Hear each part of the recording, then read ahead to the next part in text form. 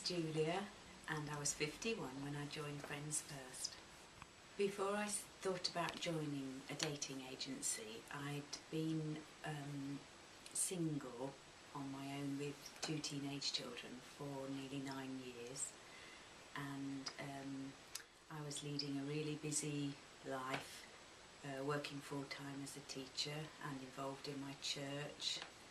and I had lots of friends and a good family support, and yeah, I was quite happy. My 2 children, my son and daughter, grew up and left home, went off to university, and had more time on my own to think about my future, and it was then that I thought maybe it would be nice to meet someone special, as a good friend, perhaps to go out in the evening with, or to go walking with, or maybe even to go on holiday with. But my expectations were no more than that at the time. I started to think about meeting someone, but there was no one in my neighbours or in my workplace or even at my church who was of my age group or suitable. So I started to think about using a dating agency, although I was not very adept at technology at all, so it had got to be one that I felt that I could handle on my own. But then a friend suggested Friends First because she'd seen an advert in a Christian magazine, and I was 51 years old, and I thought I'd give it a go. So I was divorced at that time and had been for 9 years. I joined Friends First because although it had a website and you could access information online, you didn't actually use an online service to meet people, which terrified me anyway. So it had the benefits that you could either contact people through email or through letters or through the telephone, and those different avenues seemed much more sort of safe to me at the time. When I was thinking and praying about joining Friends First specifically, I was concerned that they may not have enough people who were in my age group or who lived near enough in my region, because obviously I didn't want to travel to the other end of the country at the time. So I telephoned Friends First office and spoke to somebody there who was really helpful and assured me that there were plenty of suitable people on their books and that they would live within the region where I was living at the time. During the whole process of trying to find a special person or a soulmate, I had prayed continually about it and about what sort of person God would feel was right for me, what sort of person wouldn't be right for me, and what sort of interests in common that we would share. And I'd even got to the point of thinking maybe if I moved away and found a new place and a new job and a new life, then maybe I would meet somebody new. But I very much felt that God was saying to me, stay where you are, and you know, with the infrastructure I'd got in place and the support I'd got at that time, and that He would bring somebody to me. The year before I joined Friends First, I had belonged to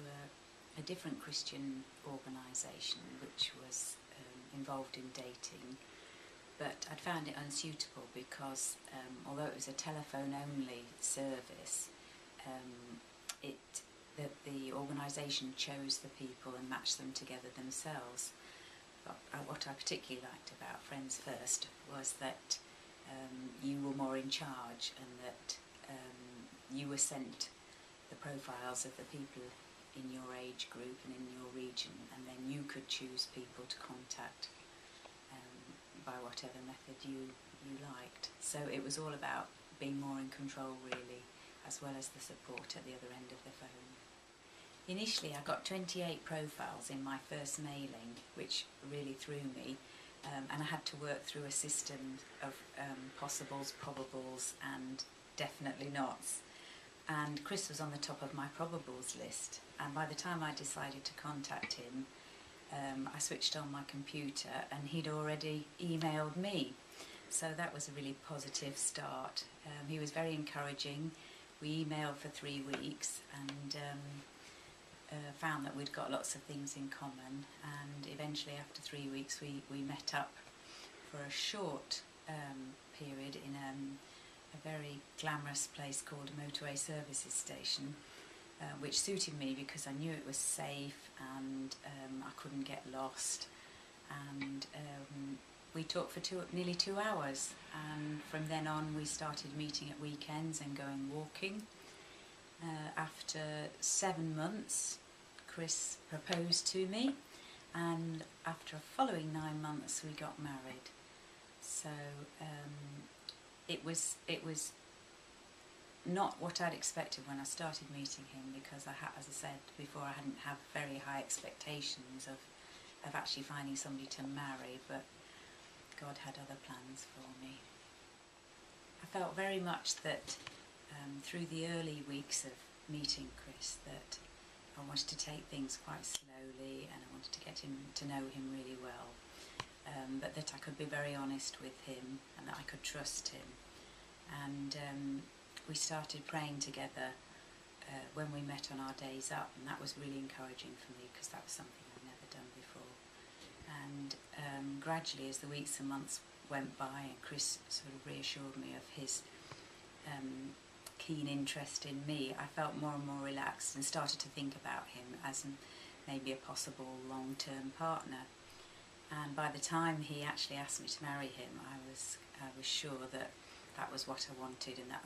was what God wanted for me, and I was just totally bowled over by it. I was really, really thankful that I could have been given a second chance in this way, and I was just sure that it was what God wanted for me, so that by the time I said yes, I had absolutely no qualms about it at all. And we went forward from there to a really busy year of selling houses and getting the wedding organised, and throughout the whole time I felt that God was in it, and up until the day that we said our vows, I was sure it was right for me. Now that I'm married, I view myself as very, very blessed to have someone that I can share my life with, share my faith with, and who is a soulmate in every aspect of my life. I think when I was single, I gained in strength and my faith did deepen, but it was, looking back, I was lonely. I was looking for something that perhaps I didn't realise for many years, but once I was ready to listen to what God was showing me, then it all fell into place, and I'm just so blessed now to have Chris in my life. I think if I was saying to people who were thinking about joining Friends First, definitely have a go. Be open to where God's leading you, and don't feel that you're going to marry the first person you meet, like I did. It may not happen that way for you, but just to try and meet as many people as you can, and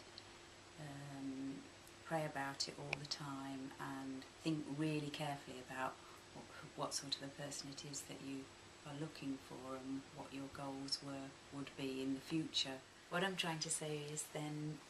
best to relax, be yourself, and be open to where God's leading you.